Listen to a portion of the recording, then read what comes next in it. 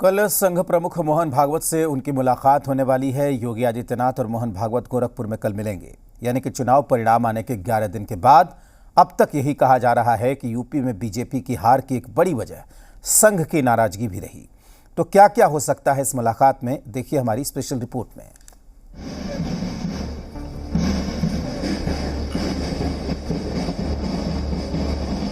पिछले 3 दिनों से संघ प्रमुख मोहन भागवत गोरखपुर में। गोरखपुर यानी योगी आदित्यनाथ का शहर, जहां इन दिनों संघ का शिविर लगा है और भागवत संघ के कार्यकर्ताओं को लगातार हिंदुत्व का मंत्र दे रहे हैं। लेकिन जब सामने योगी होंगे तो हो सकता है बात कुछ राजनीतिक हो जाए, कुछ ऐसा जिसका संकेत संघ प्रमुख ने 4 दिन पहले दिया था।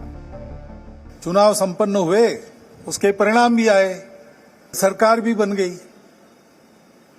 ये सब हो गया, लेकिन उसकी चर्चा अभी तक चलती है। जो हुआ वो क्यों हुआ, कैसे हुआ, क्या हुआ। शनिवार को जब मोहन भागवत और योगी आदित्यनाथ की मुलाकात होगी तो भी क्या ऐसे ही सवाल होंगे?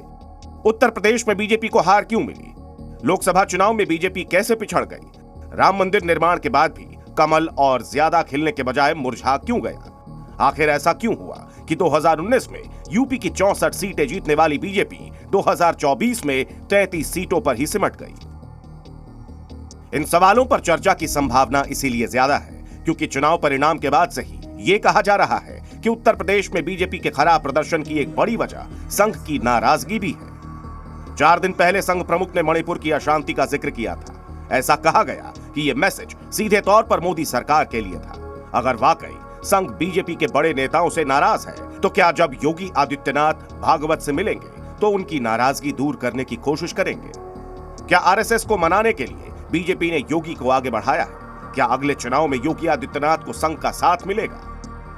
योगी हो या मोदी, लखनऊ से दिल्ली तक इस समय बीजेपी का टॉप ऑर्डर ये पता लगाने में जुटा है कि यूपी में इंडिया गठबंधन ने धूल कैसे चटा दी। यूपी की हार पर बीजेपी 3 तरह की रिपोर्ट तैयार कर रही है। पहली रिपोर्ट जो प्रत्याशी चुनाव हारे उनकी, दूसरी रिपोर्ट बीजेपी की उस स्पेशल टीम की ओर से तैयार की जा रही है जिन्हें अलग अलग लोकसभा क्षेत्र में कल से भेजा जा रहा है, और तीसरी रिपोर्ट मंडल स्तर पर तैयार करवाई जा रही है। अवध क्षेत्र, कानपुर और बुंदेलखंड में बीजेपी के जितने उम्मीदवार चुनाव हारे, उन्होंने भी हार की वजह पर रिपोर्ट सौंपी है। रिपोर्ट में ज्यादातर हारे हुए सांसद भीतरघात का आरोप लगा रहे हैं। भीतरघाती नहीं कह सकते, वो तो सामने वाले घाती हो जाते हैं ना। जब सामने वाला घाती होता है तो भीतरघाती भी उसमें शामिल हो जाते हैं। कितने लोग होंगे करीब करीब? अरे बहुत ढेर सारे नहीं होते हैं, ऐसे 2-4 लोग होते हैं जो माहौल को गंदा करते रहते हैं।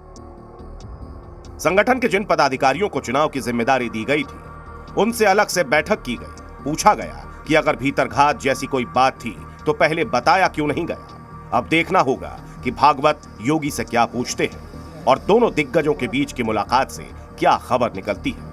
ब्यूरो रिपोर्ट, जी मीडिया।